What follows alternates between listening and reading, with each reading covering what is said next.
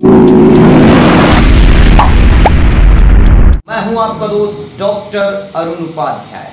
आज हम लोग बात करने वाले हैं स्तन के गांठ पर।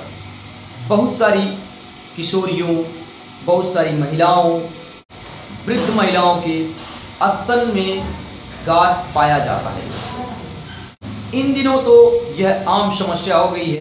बहुत सारी महिलाएं बहुत सारे डॉक्टर के पास जाकर इलाज करवाती हैं, लेकिन उसका रिजल्ट ज़ीरो आता है दोस्तों।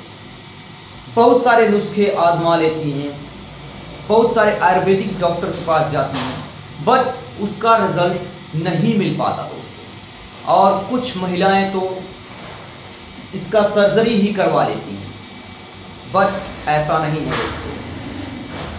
होम्योपैथी में इसका बहुत ही अच्छा इलाज है। यदि आप महिला हैं और आप 1 या 2 या 3 महीने तक होम्योपैथिक इलाज करवा लेती हैं तो आपके स्तन का गांठ 100% समाप्त हो जाएगा। आज हम इसी पर चर्चा करने वाले हैं। बहुत सारे डॉक्टर यह भी कहते हैं कि आप अपने स्तन का सर्जरी ही करवा लीजिए, नहीं तो यह कैंसर बन जाएगा। तो आज मैं इस वीडियो में इसी को क्लियर करूंगा कि कैंसर का गांठ कौन सा होता है और नॉन कैंसरस का गांठ कैसा होता है। इसी पर बात करेंगे, तो चलिए शुरू करते हैं।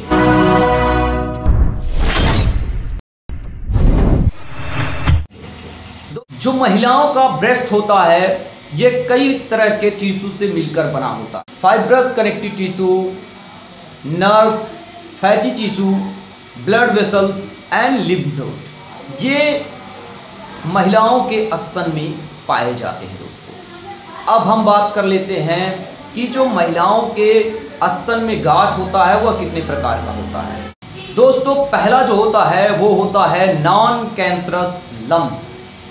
नॉन कैंसरस लंप जो होता है उसका साइज मैटर नहीं करता। वह छोटा भी हो सकता है, बड़ा भी हो सकता है, उससे बड़ा भी हो सकता है। तो जो नॉन कैंसरस लंप होता है उसका साइज कंफर्म नहीं किया जा सकता।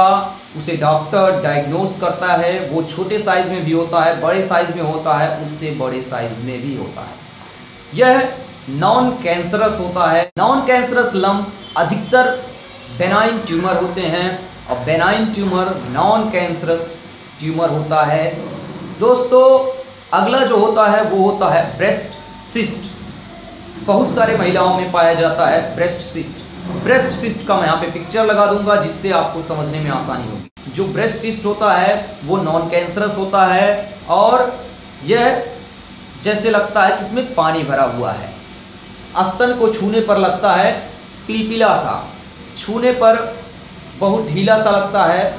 इसमें दर्द होता है, चूँकि जितने भी सिस्ट होते हैं नॉन कैंसरस होते हैं, पेनफुल होता है। तो जो ब्रेस्ट सिस्ट होता है वो पेनफुल होता है। पल्सेटिंग पेन अधिकतर देखने को मिलता है ब्रेस्ट सिस्ट में। अगला जो पाया जाता है वो एब्सेसेस पाया जाता है। एब्सेसेस मीन्स स्तन का फोड़ा। दोस्तों, यह एक बैक्टीरिया की वजह से होता है। जिन महिलाओं में स्तन का फोड़ा पाया जाता है उनके स्तन पर देखा जाता है रेडनेस होता है, इचिंग भी देखने को मिलता है कुछ महिलाओं में, और इसके साथ साथ इसमें पेन होता है, पस निकलता है और इसके साथ साथ टपकने वाला दर्द होता है। जैसे फोड़ा पकता है उसी तरीके का दर्द होता है। चूँकि यह भी स्तन का फोड़ा होता है तो इसमें दर्द होता है। मैं यहाँ पे पिक्चर लगा दूंगा जिससे आपको समझने में आसानी होगी। एडेनोमा एबनॉर्मल ग्रोथ होता है ग्रेनुलर टिश्यू का। ग्रेनुलर टिश्यू जब स्तन में बढ़ जाता है तो इसको एडेनोमा कहते हैं दोस्तों। अगला है फाइब्रोएडेनोमा। फाइब्रोएडेनोमा एडेनोमा के ही तरह होता है। जब ग्रेनुलर टिश्यू एबनॉर्मल ग्रोथ कर जाता है तो फाइब्रोएडेनोमा कहते हैं। फाइब्रोएडेनोमा 30 साल से कम और ऊपर तक की महिलाओं में देखा जाता है, जिसमें बायोप्सी करवानी पड़ जाती है दोस्तों। बहुत सारी महिलाएं बायोप्सी करवा ही लेती हैं। तो दोस्तों फाइब्रोएडेनोमा यदि है तो इसकी बायोप्सी नहीं करवानी चाहिए, चूंकि ये नॉन कैंसरस होता है दोस्तों। फाइब्रोएडेनोमा एक लंप होता है जो कि नॉन कैंसरस होता है, पीरियड के डिस्टरबेंसेस की वजह से होता है। कभी कभी ऐसा देखा जाता है कि महिलाओं में पीरियड समय से नहीं आता है, लेट हो जाता है या पहले आ जाता है। इसके साथ साथ उनको पेनफुल मेंस्ट्रुएशन होता है, कमर में दर्द, पेड़ों में दर्द, जिसके वजह से यह गांठ देखने को मिलता है। अगला इंट्राडक्टल पल्पिलोमा। इंट्राडक्टल पल्पिलोमा क्या होता है? स्तन में इंट्राडक्टल पल्पिलोमा जवान लड़कियों के स्तन में मस्से के तरह गांठ पाया जाता है। कई सारी गांठें पाई जाती हैं जिसमें से पस और ब्लड निकल। यह किशोरियों में अधिकतर देखने को मिलता है और यह मेनोपॉज के दौरान ज़्यादा पेनफुल हो जाता है। अगला है दोस्तों फैट नेक्रोसिस। फैट नेक्रोसिस जो होता है वो स्तन में बड़े साइज में पाया जाता है जिसमें से पस निकलता है दोस्तों। फैट नेक्रोसिस में अधिकतर पस निकलता है दोस्तों। यह निप्पल के नीचे वाले हिस्से में पाया जाता है या स्तन में भी पाया जाता है। अब बात कर लेते हैं लाइपोमा पर।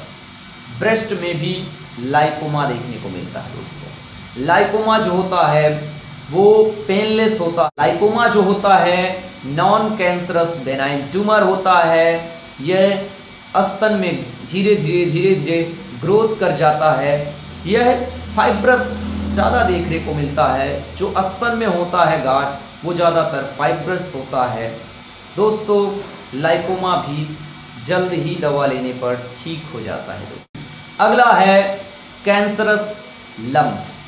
कैंसरस लंप किसी भी एज में देखने को मिलता है। यह किशोरी में भी देखने को मिलता है, महिलाओं में भी देखने को मिलता है और वृद्ध महिलाओं में भी देखने को मिलता है दोस्तों। जो कैंसरस लंप होते हैं वो बहुत हार्ड होते हैं।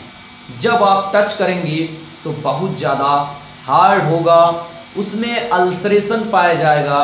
इट मीन्स जो कैंसरस होता है उसमें हल्के हल्के मवाद देखने को मिलते हैं दोस्तों। मवाद नहीं भी देखने को मिल सकता है दोस्तों। इसके साथ साथ यह छोटे ग्रोथ में भी हो सकता है या बड़े ग्रोथ में भी हो सकता है दोस्तों। अधिकतर कैंसरस लंप बड़े ही होते हैं। जो कैंसरस लंप होता है वह स्तन में धीरे धीरे डेवलप करता है और धीरे धीरे डेवलप होते होते उसकी साइज स्तन में बढ़ जाती है दोस्तों। यह टच करने पर बहुत हार्ड होता है, पेनफुल होता है, अल्सरेटिव होता है और यह स्तन के सबसे नीचे वाले हिस्से पर पाया जाता है। मतलब जो रिब होता है, जो रिब्स होता है, रिब्स और स्तन के बीच में पाया जाता है। यह इसकी खास पहचान होती है दोस्तों कि जो कैंसरस लंप होता है वो स्तन और रिब्स के बीच में होता है दोस्तों। यह डीप में होता है, ब्रेस्ट के डीप में होता है और डीप से ही ये डेवलप करता है अपर स्तन में।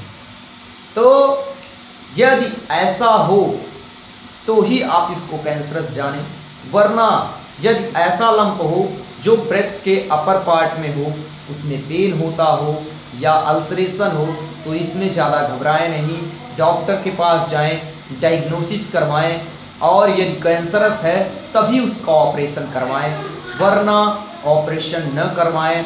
होम्योपैथी में इसका इलाज 100% तक संभव है दोस्तों। यह बहुत जल्दी ठीक हो जाता है।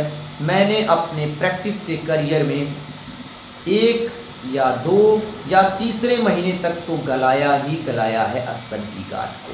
तो don't worry to think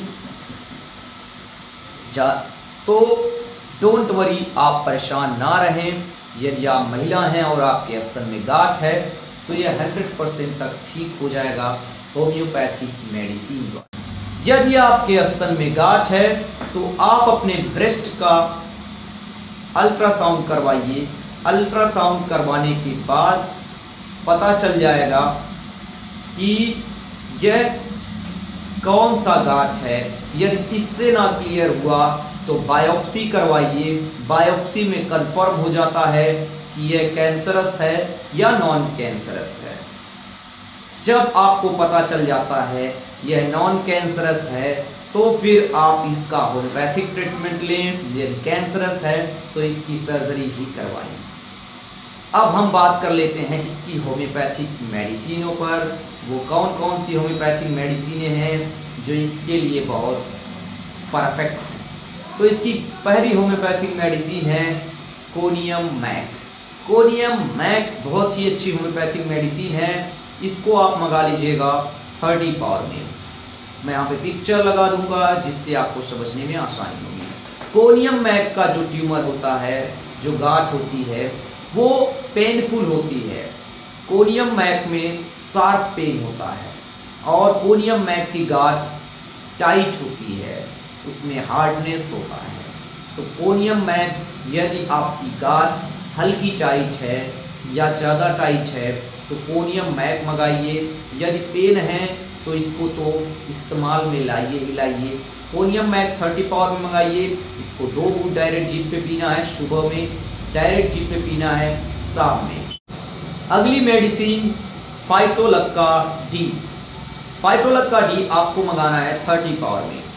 फाइटोलक्का D में क्या होता है? फाइटोलक्का डी में भी पेन पाया जाता है। फाइटोलक्का डी में शार्प पेन, इसके साथ साथ पल्सेटिंग पेन भी पाया जाता है। यदि आपके ब्रेस्ट में शार्प पेन और पल्सेटिंग पेन है तो इसको ज़रूर मंगाएं। वैसे फाइटोलक्का बहुत ही इम्पॉर्टेंट मेडिसिन है ब्रेस्ट के लिए, तो इसको 30 पावर में मंगाइए। 2 बूंद डायरेक्ट जीभ पे सुबह में, 2 बूंद डायरेक्ट जीभ पे शाम में लीजिए। अगली होम्योपैथिक मेडिसिन है कैलकेरिया फ्लोर। कैलकेरिया फ्लोर हर प्रकार के लंप में उपयोगी मानी जाती है। ढीला हो, पिलपिला, टाइट हो, बहुत ज़्यादा हार्ड हो, यदि हार्ड स्टोनी लाइक है तो बहुत ही अच्छा काम करती है कैलकेरिया फ्लोर। इसका गोल्डन सिम्टम होता है हार्डनेस, तो जितना ही हार्ड होगा उतना ही कैलकेरिया से मैच करेगा। तो कैलकेरिया फ्लोर आप मंगाएं ही मंगाएं। इसको मंगाना है 6x पावर में। 6x पावर में मंगा लीजिएगा। 4 गोली गुनगुने पानी में घुला करके सुबह लीजिएगा। 4 गोली गुनगुने पानी में घुला करके दोपहर लीजिएगा। 4 गोली गुनगुने पानी में घुला करके शाम लीजिएगा। पहले महीने 6x पावर में लेना है, दूसरे महीने 12x पावर में लेना है, तीसरे महीने इसको लेना है 30x पावर में। तीसरे महीने तक गल जाना है दोस्तों। अगली होम्योपैथिक मेडिसिन है चीमोफिला। चीमोफिला क्यू। चीमोफिला क्यू मंगा लीजिएगा मदर टिंचर फॉर्म में। इसको पानी में डाल के लेना है। 10 बूंद सुबह, 10 बूंद दोपहर और 10 बूंद शाम। ये बहुत उपयोगी मानी जाती है स्तनों की गांठ में। अगली मेडिसिन है scrophularia nodosa. Scrophularia nodosa mother tincture form में मंगा लीजिएगा। स्क्रोफिलेरिया नोडोसा स्तन के गांठ के लिए बहुत ही अच्छी मेडिसिन है। तो 10 बूंद पानी में डाल के सुबह लेना है, 10 बूंद पानी में डाल के दोपहर में लेना है और 10 बूंद डाल के शाम में लेना है दोस्तों। अगली होम्योपैथिक मेडिसिन है हाइड्रेस्टिस कैन।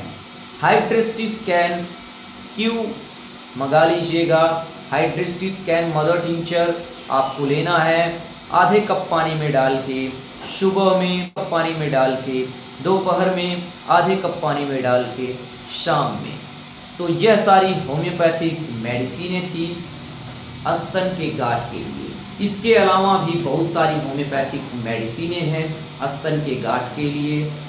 यदि आपके स्तन में गांठ है और अपने गांठ से आप परेशान हैं तो आप हमसे ऑनलाइन इलाज करवा सकती हैं। मैं अपना व्हाट्सएप नंबर यहाँ पे लगा दूँगा जिससे आपको हमसे इलाज करवाने में बहुत आसानी होगी। तो इसी के साथ मैं लेता हूँ अलविदा। हम मिलते हैं अगले वीडियो में। अगला टॉपिक हमारा रहेगा पॉलीसिस्टिक ओवेरियन डिजीज़ पर, जिसे पीसीओडी कहा जाता है, तो इस पर बात करेंगे। तो इसी के साथ अलविदा, bye bye, thank you for watching my video, please subscribe my YouTube channel, bye.